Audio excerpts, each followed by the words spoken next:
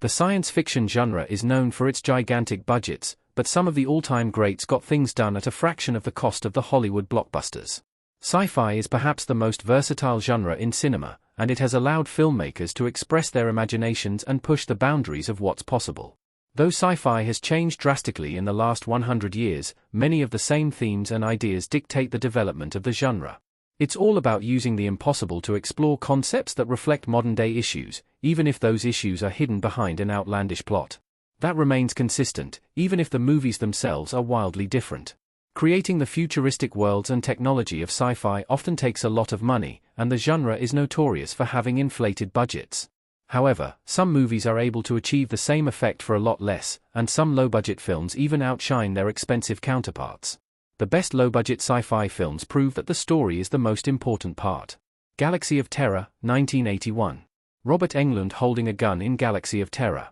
Producer Roger Corman was the master of low-budget cinema, and his alien ripoff, Galaxy of Terror, was a showcase of his cost-cutting skills. The futuristic story concerns a space crew who are stranded on a planet and tormented by the physical manifestations of their fears. Made for an estimated budget of $700,000, IMDb, the sci-fi horror stretched every dollar. Galaxy of Terror is far from a perfect film, but it features great performances and some shockingly impressive special effects. It's ambitious and surreal, and certainly deserves credit for trying something new instead of borrowing every plot point from the film it is cashing in on. It hasn't aged well, but is like a time capsule of early 80s grindhouse. Time Crimes, 2007. The masked Hector standing in the woods in Time Crimes. There are quite a few underrated time travel movies out there, but few are as simple yet effective as 2007's Time Crimes.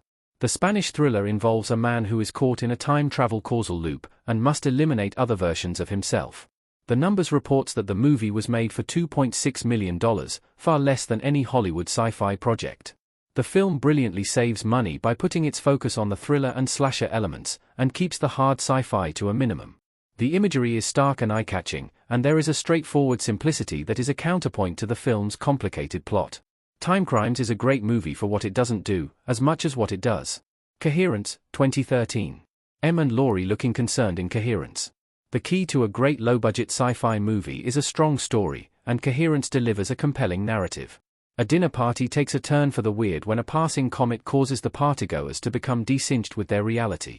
The film was made for the incredibly low cost of $50,000, IMDb, but it lost none of its impact.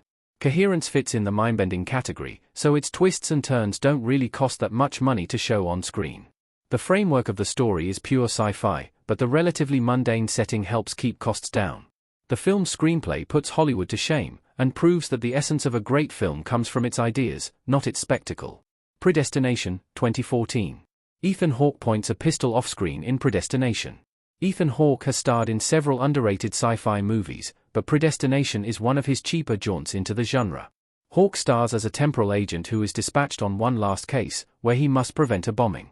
The $5 million, IMDb, gem has some decent makeup and effects, but that's not the point of the story. The real power of Predestination is its character work, anchored by stellar performances from Hawke and co-star Sarah Snook. Like all great science fiction stories, the time travel paradox at the heart of the film is just exciting window dressing for the themes of identity and destiny below the surface. The Man from Earth, 2007. Oldman holds up something to inspect it in The Man from Earth. Low-budget films were less likely to succeed before the advent of streaming, but The Man from Earth gained a groundswell of support via online sharing.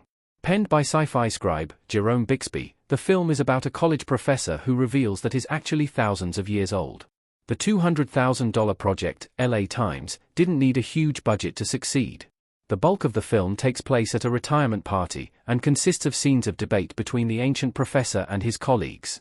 Though the science fiction is implied, the film is as entertaining as any big-budget blockbuster because of the tight writing and wonderful acting. Bixby wrote for Star Trek, so the film has a classic sci-fi vibe. Moon, 2009. Sam Rockwell with his arms crossed in the space station in Moon. Stark sci-fi sets and environs are popular now, but Duncan Jones' Moon was one of the first modern films to pioneer the simplistic approach to design. Sam Rockwell plays an astronaut who is about to end his lengthy stint on the Moon, when he becomes afflicted with a mysterious illness. Made for only $5 million, The Guardian, Moon looks more expensive. Rockwell carries the film playing multiple versions of himself, and the movie has a realistic look that doesn't betray its minuscule budget. The complex and challenging story is what's most important, and the film slowly reveals itself in a way that's both satisfying and surprising. With only a fraction of the budget, Moon usurped 2009's best movies. Cube, 1997. Man explaining something to a woman in Cube. The Canadian horror film, Cube, is like Saw but with a science fiction twists, and it's an impactful low-budget thriller.